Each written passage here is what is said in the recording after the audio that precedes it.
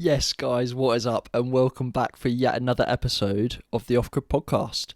This week's guest is Mike Trueman. Mike is the founder of True Adventure that run expeditions for school children. So far, True Adventure has taken over 7,000 students on over 750 expeditions around the world.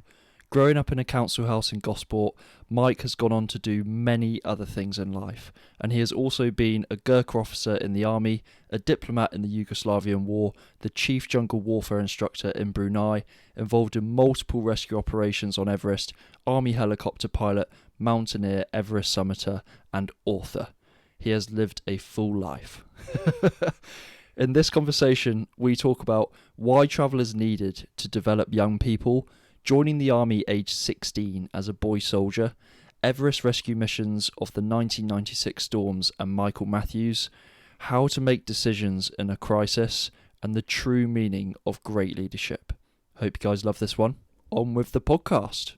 Mike, welcome to the Off Grid Podcast. Thanks, Jake. It's delighted to be here. You said that travel has the power to change and develop young people like nothing else. How does travel change young people?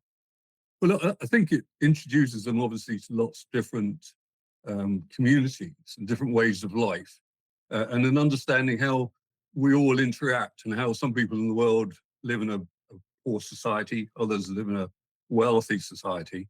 Um, and the more we can understand about how other people work and their needs, I think the more you can accept the politics that surround us nowadays, which is becoming more complex. In the old days, I think, in UK, many, probably my parents and grandparents, they didn't need to interact. They just lived in, my grandmother didn't they ever left England. But of course, we're a different world now, traveling all the time, anywhere we wanted at short notice. And I think if you grow up with a better understanding about that, for a start, it becomes more enjoyable, the process.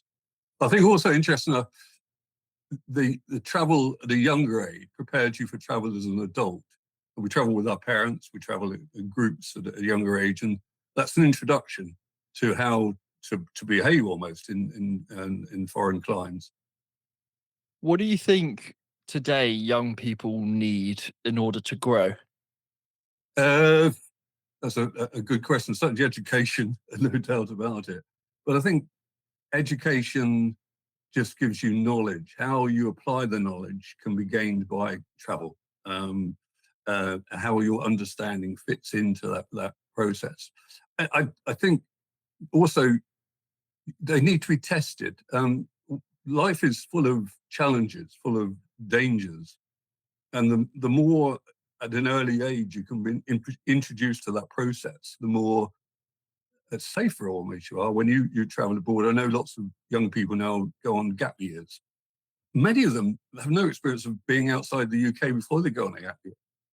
And that can be quite a challenge. Whereas if they've gone abroad at a younger age with the parents and indeed with school groups, they get a better understanding, prepares them more to that wonderful time of traveling around the world on your own on a gap year. Can we dig a bit deeper into what you're saying there about how education teaches you what to know, but then travel teaches you how to apply it? What do you mean by that? Well, if you I suppose languages for a start. I mean, you can learn a language, but when you go abroad, you're actually um, you've got to practice the language the foreign country. Hopefully, it's the language that you've learned to speak before you go there. But also, I think the the world is so complex and it's changing so quickly that education, you need to understand how you fit in when you go abroad in that process. And also, it's not just that actually learning rote. It's not just about history, geography, and all the other subjects. It's about having a better understanding as a person about how you fit into the world process, I think. At the moment, it feels like the younger generation of today gets somewhat tainted by a stereotype of softness or weakness. Is there anything in today's culture that you think it maybe gets wrong about hardship? Um, I was fortunate. I suppose I still come from the generation where we were um, challenged at a younger age, whether we liked it or not, really. The discipline was much stricter when I was at school. I mean, I'm not suggesting we go back to caning and all the other processes, but there was a threat of retribution if you didn't actually sort your life out. I was fortunate. I joined the army at 16. I didn't go to sixth form. I was at grammar school, but I wasn't at my happiest, and I was more happier when I was at the Army Cadet Force at weekends. So I joined, and I know if I could sort of relate it to that education I had. I mean, for 2 years, we were beasted, for a better word. Um, I didn't enjoy it. I put my hand up for that, but it probably did me the world of good, certainly later when I progressed through my army career. Younger people now don't have to take up the challenges. At school, for example, to do the Duke of Edinburgh's Award and be challenged. Or you can take an easy step and not do it. And there's no encouragement always. I mean, quite often people fortunately are encouraged, but some people aren't. And I think lots of people sort of fall through the hole. I think there should be a broader curriculum which includes outdoor activities to all schools beyond the classroom. And it's the process of learning outside the classroom, having an introduction to the outside world, that you learn to adapt to all different situations, a better understanding. I'm not saying we should spend all our time in the woods or whatever, but an introduction to those aspects of life, I think, are important. It's not just about learning in the classroom, it's learning outside as well. And you've got such an interesting experience because it's this breadth of knowledge across different contexts, like the military and business and expeditions, and even working with children as well, getting them out on expeditions. So I was wondering if you feel like resilience is something that can be taught. I think it certainly can be instructed. I mean, we're all built different, and that's the other important aspect about all of this. We're not all suited for the outdoors. But even if you're not suited, it's still, I think it's important to experience it. So I'm not suggesting that we all should become mountaineers or expeditioners. I always say I can't run a 4-minute mile. Um, you know, we all have different qualities about us. But I think it's important for even those people who never want to go out in the outdoors again to appreciate that challenge at some stage during their lives, even if it is to know that you don't want to do it in the future. And I think that's important, knowing what you want to do and what you don't want to do. There seems to be almost a paradox in the themes that you're talking about with, joining as a what you've described boy soldier, age 16, and not enjoying the first 2 years. And for that reason, it was valuable. It's almost like a confusing psychology to get your head around. What do you think that kind of value is of doing something that you really don't want to do, but you end up getting something out of it later? Well, I think what you don't understand sometimes is when you're not enjoying something that you are learning. I wanted to leave the army at that stage at 18, and you had to buy yourself out in those days. It was to stop you leaving, really. It's an expensive thing to do. So I wanted to move near my hometown so that while I was still serving in the army, I could find a job. Unfortunately, I went into a parachute supply organization, and I actually loved it. And I suddenly realized all that knowledge I gained, people I was working with in this new unit didn't have that knowledge. So I was able to use that to actually get promoted. If you wanted someone who knew weapon training, I've been doing 2 years of learning about weapon, for example. And that was a plus. So not only did I then start to enjoy the army, I started to benefit from those 2 years which I hadn't enjoyed. And eventually I was fortunate enough to get Sandhurst when I was 22. And then obviously my rest of my army career started from then.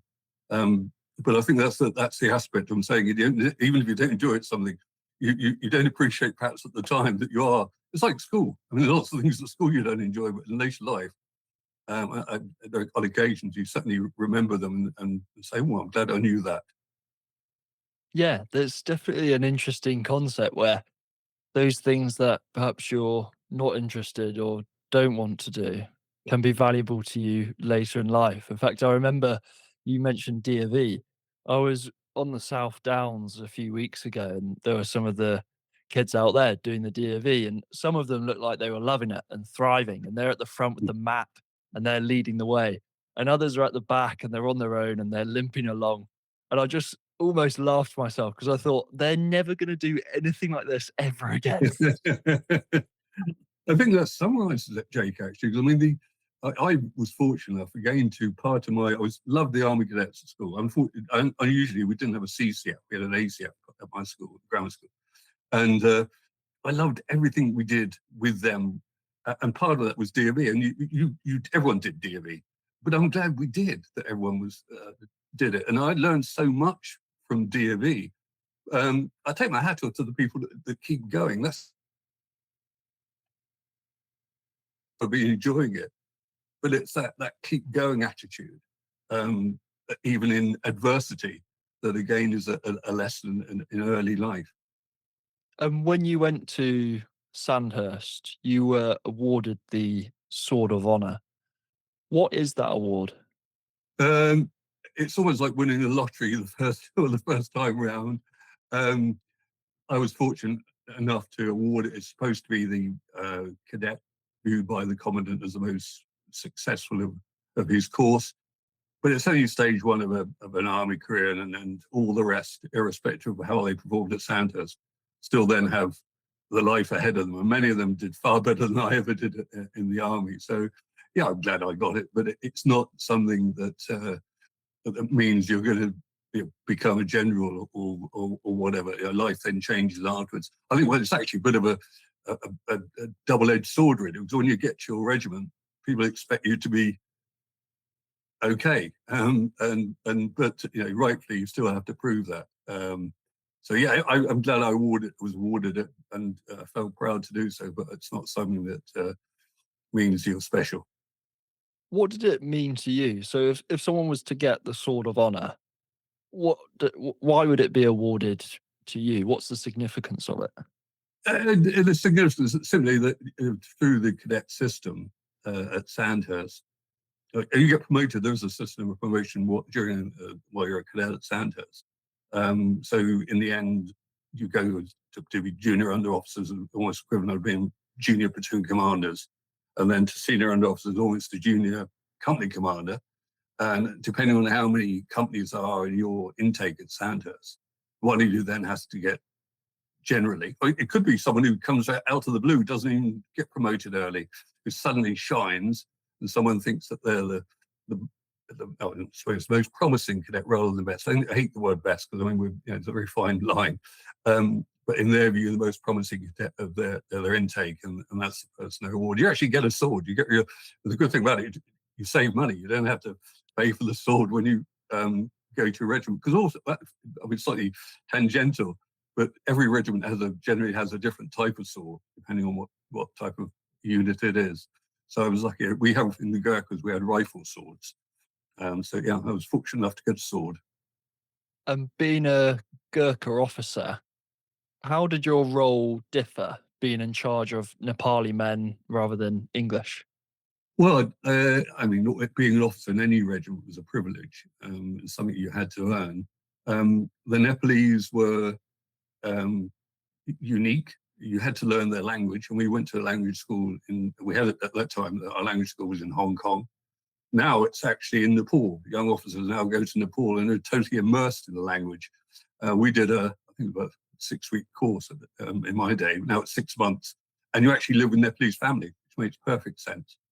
But back in the mid-70s, we went to the language course, 6 weeks, then an exam, and then you went and actually learned the language. Really, it was only when you were immersed back in your regiment that you were speaking or trying to speak it, and were being corrected regularly and appropriately by your soldiers that you really learned learned the language. But it was part of the process of being accepted by Gurkhas. I mean, Gurkhas they're not judgmental, but they do have a clear view of the officers that they would like to lead them. And that's how it's all started. I mean, when I did history lesson, back in 1815 in the Nepal War, it was almost a stalemate. The British officers on one side and the Nepalese army on the other side, the Gurkhas, decided that they quite liked the British officers, and the British officers were very much like the Gurkhas, and that's how that unique bond and the first regiments were formed as a result of that. Wow. So can you talk me through, if someone was a Gurkha officer today, what's the process that they go through? And are they expected to speak fluently in Nepalese to their men? Yeah, and I think that we all, and I must have probably any ex-British officer in the Gurkhas who listen to this would say that there's a great difference in the standard of linguistics among British officers. But we have to pass a basic course. So a officer now will be graduate from Sandhurst, the course, and then back to the regiment. But you also, as an infantry officer, have to do your specialist arms course, which you'd have to do a course to be a platoon commander. So there's lots of qualifications before you then let loose on operations with the Gurkhas. They expect a fitness standard. I mean, the Gurkhas are remarkably fit. I mean, it's rather like the Sherpas on Everest compared with the rest of us. And the same with the Gurkhas. I mean, they have their own high standards, and officers have got to aspire to those standards. I actually, those I serve with, I can't say they're all that fit, all of them, all the time, but the Gurkhas certainly expect you to be. And you were also a chief jungle warfare instructor. Yeah, I did. When I got to my regiment after a couple of jobs, I then went to Brunei. So what at the time was called Training Team Brunei. It was the jungle warfare school moved from Malaya to Brunei and was being set up. It's now called the Jungle Warfare School, which is what it was. And we used to run jungle warfare instructor courses throughout the year. And then we would have a Gurkha captain, my job at the time, and a Royal Marine captain. We'd run our separate courses. I ran the long-range reconnaissance patrol courses through the jungle, and he would run the air crew survival courses. And then we would both be instructors with our own platoons on the jungle warfare instructors courses. I did that for a couple of years. It was unique. I mean, I love the jungle. You're never cold in the jungle. I mean, I've spoken to people who have operated and done expeditions in the jungle before. And from what I've heard, it's one of the hardest environments just because everything wants to eat you the whole time. What's it like, and how does someone actually survive in the jungle? I think the jungle, actually, I think a lot of mystique about the jungle. I mean, there are some creepy crawlies. Clearly, it's that's the environment. But it's once you've actually got some experience of it, it's a super environment to be in. You learn to, particularly on we got a jungle warfare course, on any course in the jungle, you learn to look after yourself. And you're sweaty most of the day, and at night it can be quite cold. It can be completely dark at night as well. So that's quite a different situation to find yourself. I mean, when I say that, I mean, the canopy stops any light coming in, so it's complete blackness. But there are different types of jungles, different environments around the world. The jungle does vary. I mean, you could argue that all the jungle are trees. If we go to trees, the forest in Britain is just a jungle without the heat to a certain extent. That's being slightly flippant. But if the whole process, for example, what my job when I was a jungle instructor was to teach people to adapt themselves to live in the jungle. And later in life, you summited Everest when you were 47 years old. What made you want to do it at that time in your life? I'd always wanted to climb Everest. I mean, Everest, it was throughout my life, as the expeditions to Everest have developed. I mean, back in the 70s and before, you could only go on an expedition to Everest if you were one of the unique climbers, best climbers in Britain, and you were part of an organised expedition. I mean, Barclays Bank, I think, was a public sponsored the 1975 Southwest Face Expedition. That was an example. You had to be sponsored by a huge organization, and you had to be the best of the ilk to do it. And then in the 80s, wealthy people decided they could hire those experienced climbers. They could pay for themselves to be taken up Everest. I mean, Dick Bass, who started the Seven Summits, as it were, was paid someone to take him to the top of Everest. And then the guys that were doing the taking, you realize that perhaps actually they could open up companies and charge to take people to the summit.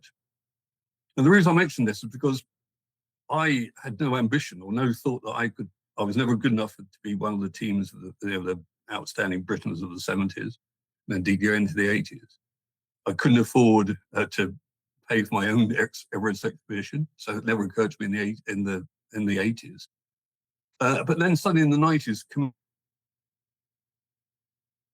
if you had enough experience, in my view, then you could pay and go on an expedition. I found in '96, I'd been working in Hong Kong. I had enough money. I also had sponsorship, fortunately as well. I mean, my last thing in the British Army when I left in '92 was to lead a joint service mountain expedition to Annapurna 4 in the Himalayas. So I'd been to the Himalayas before. I'd been on an expedition. I'd led one. So I felt, I could therefore have had the experience to go and join an Everest team, as I did in '96. And what was that experience like when you first went to climb Everest? Well, I first of all, I shopped around for a team to join. You could basically join someone by buying a place on an expedition. And Mal Duff, who was an experienced British climber, put together a team where everyone had experience of mountaineering, enough to go to Everest. But he was also the cheapest. He didn't provide a guiding service. And I think that was quite the difference. And Mal wanted people who were qualified to climb, and he would organize that. Whereas other people, certainly at the time on 96 on Everest, were providing to sometimes novice climbers the opportunity to go to Everest. So when I went to climb with Mal, he was a canny Scotsman, and the cost of Everest at the time was $10,000 for a permit for 10 people. And then any extra would charge another $1,000, which you paid obviously the Nepalese government. But if you chose one of the other routes other than the southeast ridge route on Everest, you paid slightly less. And being a canny Scotsman, Mal organised for us to climb the Polish South Pillar route. So that sounds like an amazing route, and it is if you did the whole route. But Mal had worked out that you go most of the way on the southeast route, do a slight bypass on the Lhotse face, and then join the route up slightly above the South Col. But that would be cheaper. And that was, Mal was a great guy. I mean, he was such a pleasure to be with on the mountain.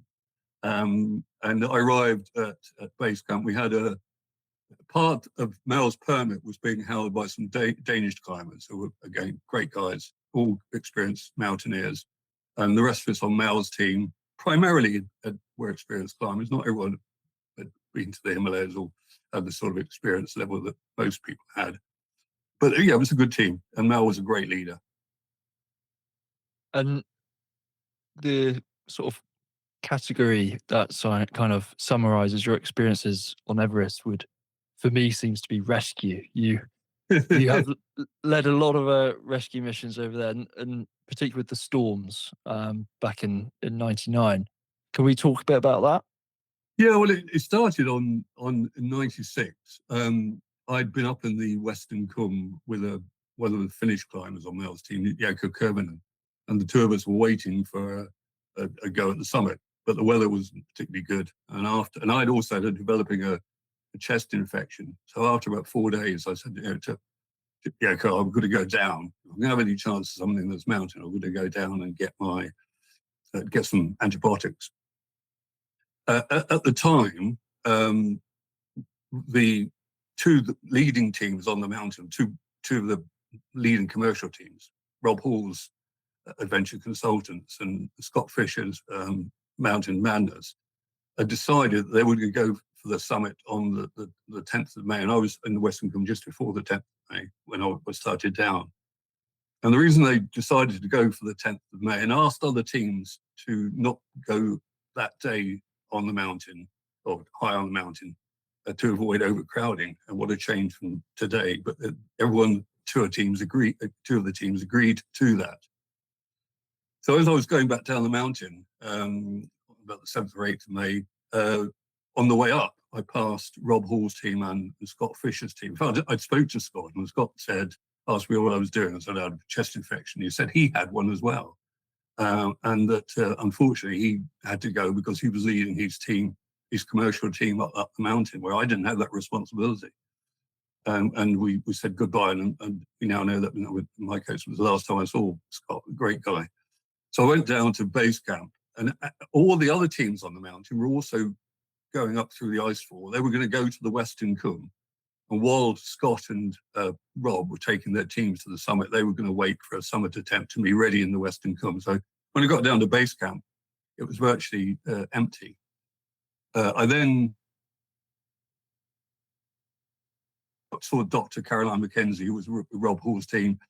She gave me some antibiotics. But I mean, to be fair, I had a really bad chest infection. But I still managed 2 days later to shoot back up the mountain. I thought I'd give it one more go. I won't lose anything by trying to get back to the Western Cwm. And who knows, the antibiotics may sort me out. And I got back up on the day that Rob and Scott's teams were going for the mountain. Now, the weather conditions, we were getting reports from England, from the Met Office, which Mel had organised, for reports to come through the mountain. But during the expedition, the reports have been so wildly inaccurate. We had a joke they were being sent to the wrong team, and we were at the wrong mountain.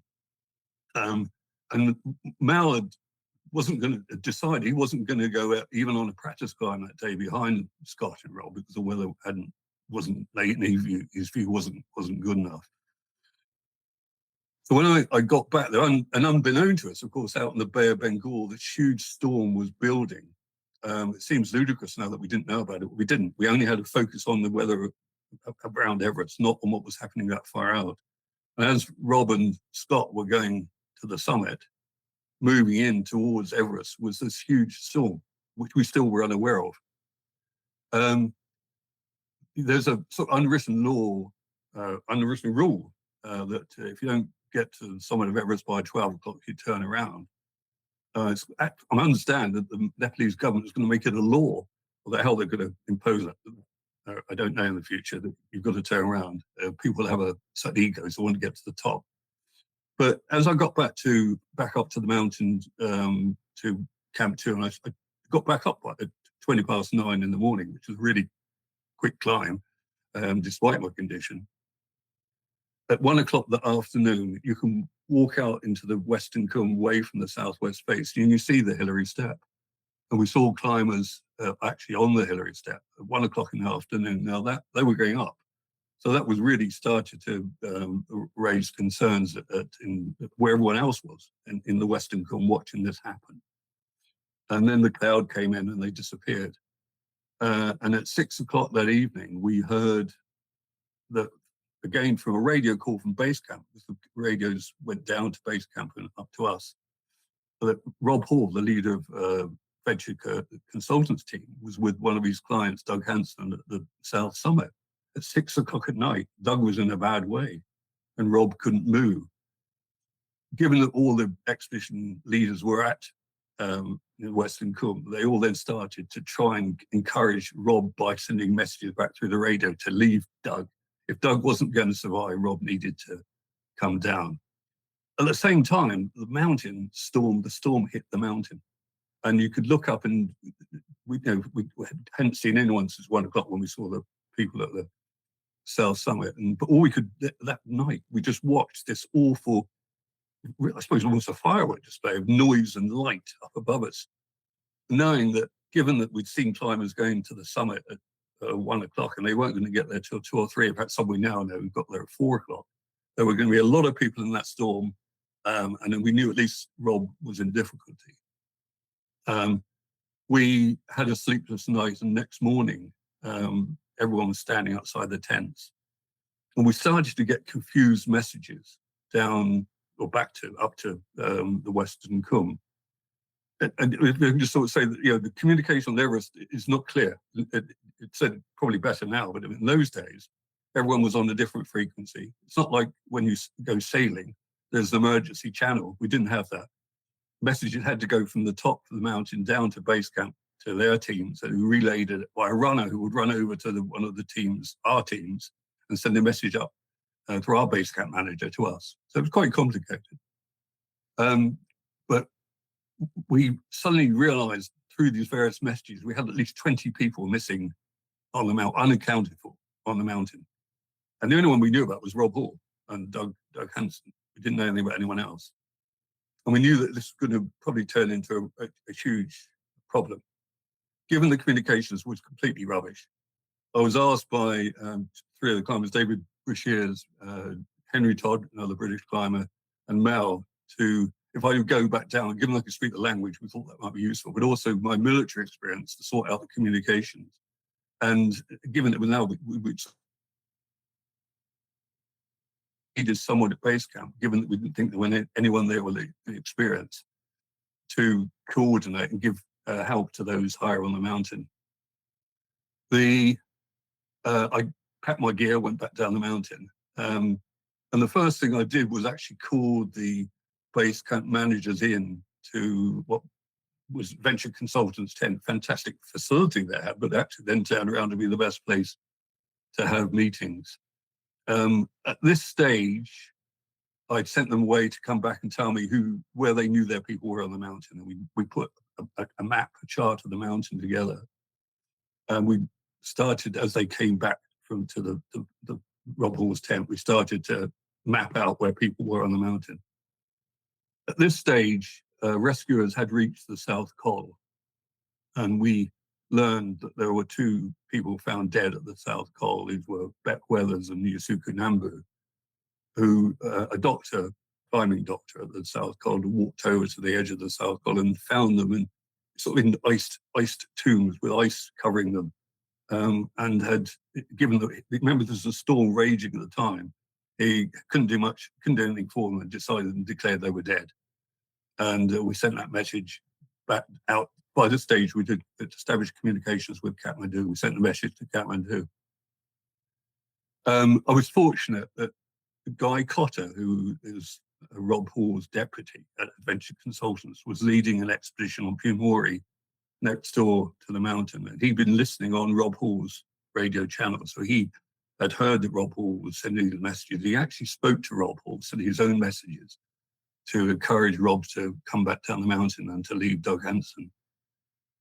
Guy came back down from Pumori, came over to base camp and went to Adventure Consultants, where he continued this messaging to Rob. And he became a great source of someone to back forward ideas while we were doing the rest of what lasted 3 days.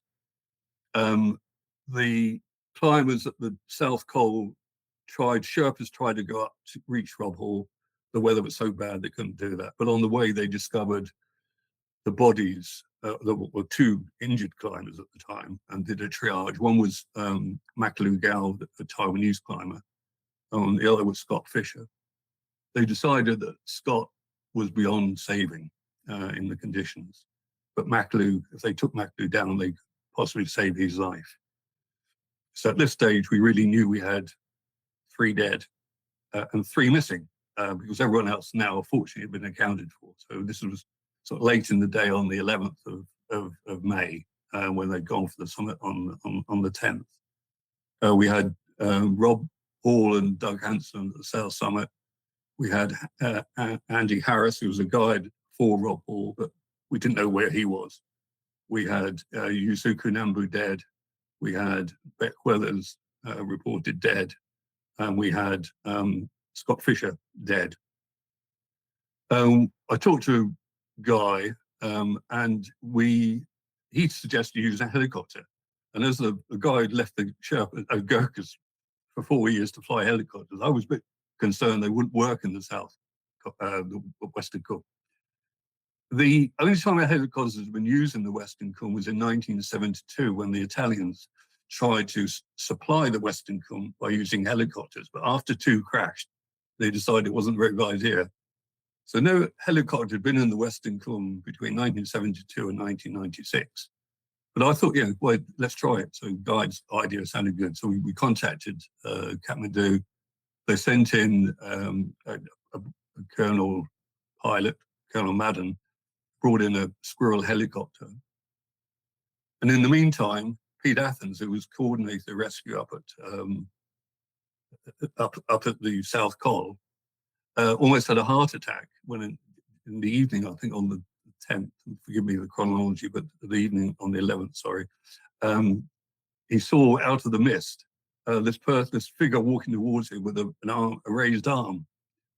And this turned out to be Beck Weathers, who had been declared dead, who had broken out somehow of the ice and had staggered with this is solidly frozen arm held above him across. And Pete and others at the South Col thought he was going to die. So they put him in his tent. And next morning, they found that he was still alive and was. So this situation, we had Rob Hall still at the South Summit, and Andy Harris missing. Doug Hanson, Robert said, had died. Rob was packed through on a phone to his wife, Jan Arnold, in New Zealand, who also encouraged him to leave and get back down the mountain. But Jan was a doctor, therefore she understood the physical problems that Rob was now facing, which also she'd summited Everest the year before we Rob. So she understood where he was and his condition, the total understanding from a woman, from a wife. And not long after they packed through a phone call from Jan to Rob, Rob stopped sending messages, and we presume that's when he had died. Helicopter arrived at base camp. Pete Athens got Makalu Gower, the Taiwanese climber, and Beck Weathers, and together with other rescuers had gone up to the South Col, then started to move them down the mountain to Camp 1. At base camp, we took most of the parts out of a helicopter you don't need. Under the instruction, I wasn't going to claim too much knowledge at this stage. I'll let the pilot, his job, just tell us what to take out. Made it as light as possible. And Colonel Madden then flew the Squirrel helicopter up to Camp 1 and brought down firstly Makalu Gower, and then Beck Weathers. We reloaded the helicopter with the other bits that weren't essential, put Makalu and Beck in, and off they went to Kathmandu. They lost all their fingers through frostbite, both their noses, and Beck, who was a surgeon back in the States, also lost the lower part of his arm. But at least they were alive, and I think that's the important thing in this process. It's a very practical account as to what happened. It just sounds so intense. I really just want to know, like, what were the emotions you were going through at that time? I often think about this.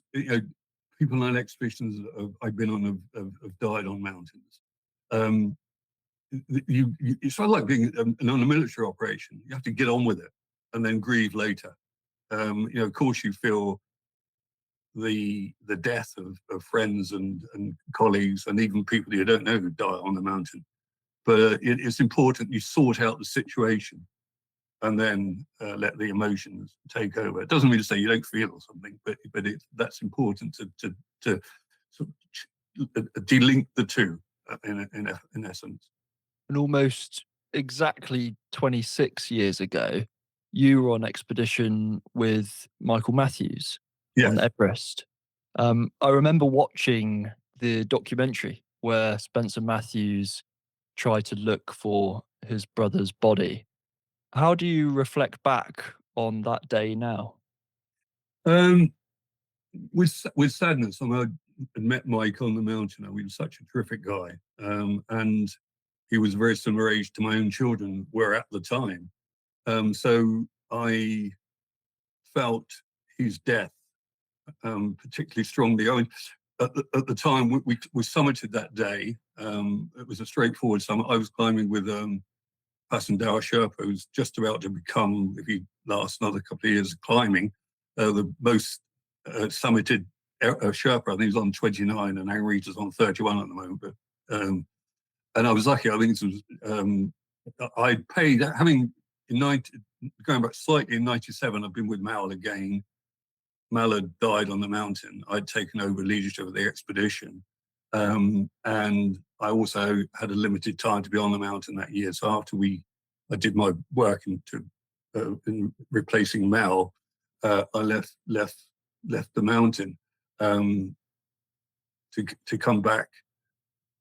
And by 99, I decided, having 96 and 97's experience, I didn't want to have any responsibility. I just wanted to climb with a Sherpa. So I paid for a slot with Henry Tobbs' permit to use his facilities, but I had hired the use of Passandower.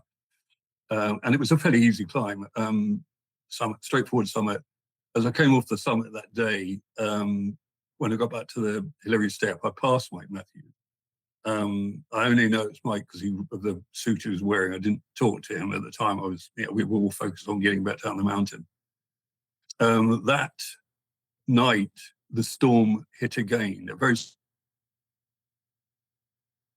in that day, and 96 had been a solitary lesson about storms coming in and weather.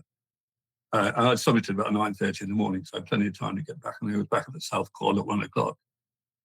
And I was in my tent with Passandower, and we had another camp Sherpa who looked after the two of us, basically, giving us coffee and brews while we were resting before we went further down the mountain. And that night I heard people clanking tin plates together, which normally is a way of guiding people in the dark towards the sound over the over the South Col. The South Col is quite a sort of large area, about the size of a football pitch.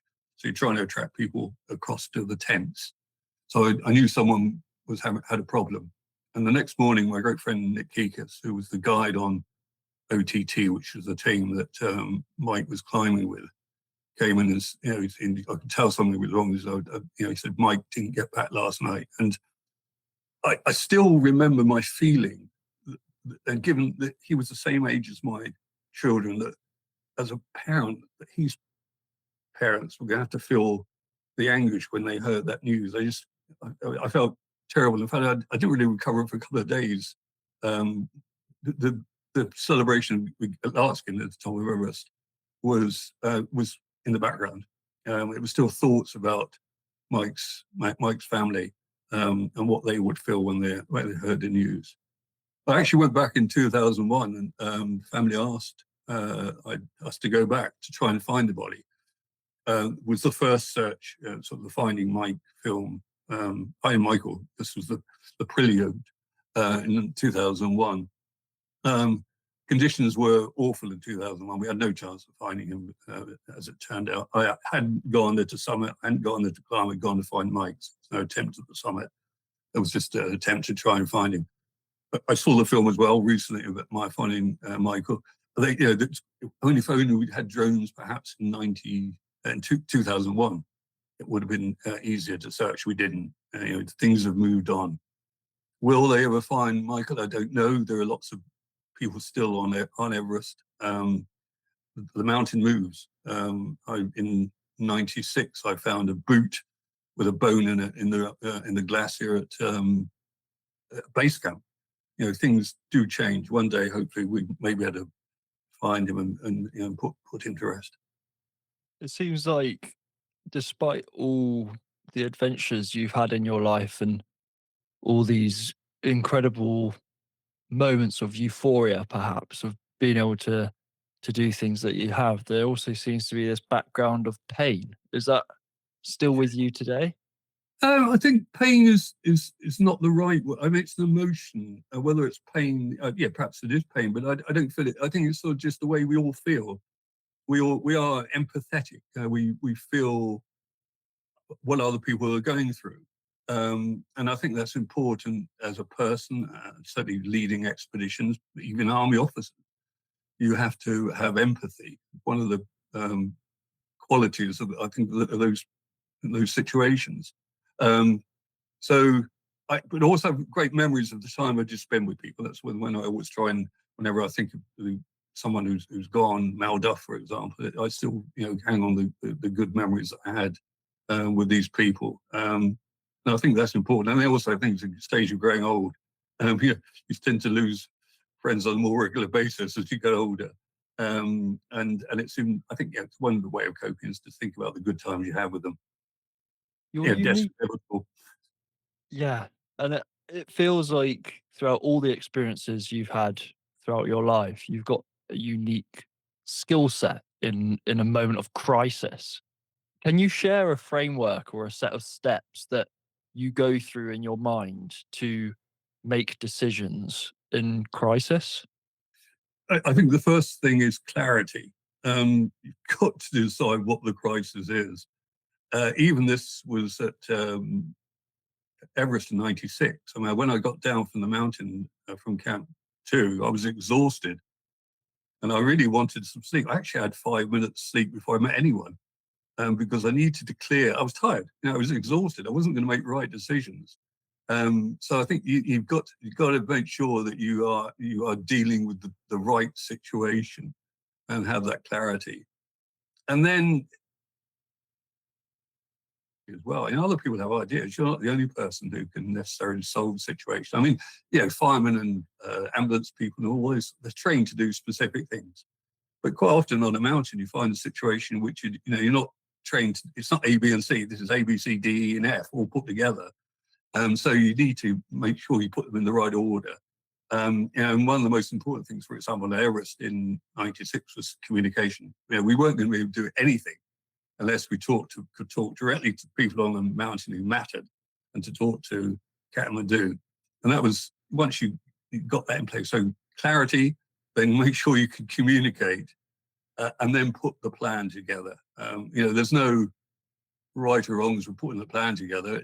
Once you've got the clarity of what the situation is, then your thought process should almost automatically get into place. Then you come up with the options, and that then clarifies it further, and you choose the option that you need to follow. It's what we're all taught at Sandhurst, the military appreciation. It's clear that throughout your life, you've been a leader in loads of different contexts, like the military, expeditions, and in business as well. Is there one lesson about leadership that you think applies everywhere? Um, don't think you're the only person involved. I think that's important. Ultimately, leaders have to make decisions. I have no problem with that. That's important. But in the process of leading up to make the decision, think of all the factors involved. And this is what a leader needs to do. He needs to bring it all together, and then decide to make that decision. And I think quite often people don't talk to other people enough. And most leaders, the good leaders I've ever worked with and lived up, respected, have been people who are good at talking to people and listening, and then coming up with that final decision. One thing I really wanted to ask you about looking through all the research before this conversation was how did this military man, Everest guy, think that you now want to go and start a business and help children travel the world? What was the jump? Well, there was. I mean, after I left the military, I went off to work in the war in Yugoslavia. I worked for the Foreign Office, so it was a whole process. And I went to Hong Kong, worked in business in Hong Kong, and then I went for a short time, did more expeditioning, and then I went to work for a security company for a short time. And then I went to run an aid agency in Bosnia. And while I was in Bosnia running the aid agency, I thought I've got to sort out my life. By this stage I was at 51, and I thought I did need to do a final job because you can't keep on doing jack of all trades. And somewhere I saw an advert to be the operations director of World Challenge. So there's never an ambition to work with schools or to be part of the process. And I applied for it and fortunately got it. Left my job as as director of aid agency in Bosnia, which had been fun and was a very fulfilling time. But then went back to London, and for 4 years I was the operations director of World Challenge. During that time, I thought I'd like to do my own smaller scaled version of this, which how it started True Adventure. I resigned from World Challenge. I then had a year off. And at the same time, they wanted ex-Gurkha officers to go to work for the UN in Nepal for a year. So I volunteered for that, got promoted to be a acting paid lieutenant colonel. Surprised how little money lieutenant colonels were earning, and having gone from the business world. And went and headed up a team to verify and register the Maoist combatants at the end of the civil war in Nepal, 7 camps across the bottom of Nepal. The Foreign Office, in their wisdom, realized that they were employing military people. It was a Foreign Office job to start off with. They realized they were employing military people, therefore that's why they made us rejoin the army. So at the age of 55, I rejoined the army for a year. It was a fascinating time. The other strange thing, they gave us equipment because they thought we'd be operating in the high Himalayas. They gave us an allowance to buy cold weather clothes. And when we got with India, 30, 40 degrees centigrade, but that's another story. But it was a fascinating, I mean, we basically had 30,000 Maoists. I had a team that had to decide whether they had been too young to be in the war, in which case they weren't going to be part of the new army, or they'd been too old, and because the Maoists were trying to build up their numbers. So they put everyone together, whether they'd been in the army or not. And that's what we had to do. We had to separate the old and the infirm and the too young, and come up with a number that then could amalgamate eventually with the Nepalese army. Then I started True Adventure. Your life just seems so full so far, like full of stories and loads of different jobs. You know, most people you hear about today, they just have, you know, one career and they do that for the rest of their lives, and they've got a few trips to talk about. But knowing what you know now, one question I really want to finish on is everything you know about life, but also death. What would you give as advice to someone who is just starting with their life ahead of them? Ooh, that's a sort of a long. Let me think without leaping in. I think what I would say is live life. When you look about all the things I've had the fortune to experience, many of them were living life. I mean, I remember, at the age of 17, I went parachuting as a boy soldier at the centre at Netherhaven. Um, I'm not suggesting everyone should go, but I remember at the time that again was part of this process of testing yourself. Um, Throughout my career, I always felt that even if you didn't want to do something, you needed to have a go at it. Um, uh, and I think the danger, one of the things society in life is that if you end up in one job, I'm sure you have a great career, and life is really enjoyable. I'm not suggesting everyone does something different, but I never wanted ever to be a general, bizarrely. I always had this sort of feeling if you spent I never probably would have been a general, having said that. I don't think I was good enough. But I had this vision that if I ever got to be a general, I would have done one thing in life, and I would be army, just army. And you could argue that's the same with any career. You're just a fireman, you're just a businessman, you're just a greengrocer or whatever. There's nothing wrong with that, but I didn't want to do that. I wanted to experience what life had to offer, and I think probably I've enjoyed doing it. So that's I suppose, just to sum it up: enjoy life, try everything you can. Mike, thanks so much for coming on and sharing all of the perspective you're able to share from the vast experiences you've had throughout your life. And I think what's particularly interesting for me about what you're doing at the moment is that having lived a lot of your life already, you're now helping those people with their lives straight ahead of them, and getting children to travel and do these expeditions through True Adventures. So yeah, thanks a lot for coming on and being able to share that perspective. Thank you, Jake. It's been a pleasure talking to you. And you. Cheers, Mike.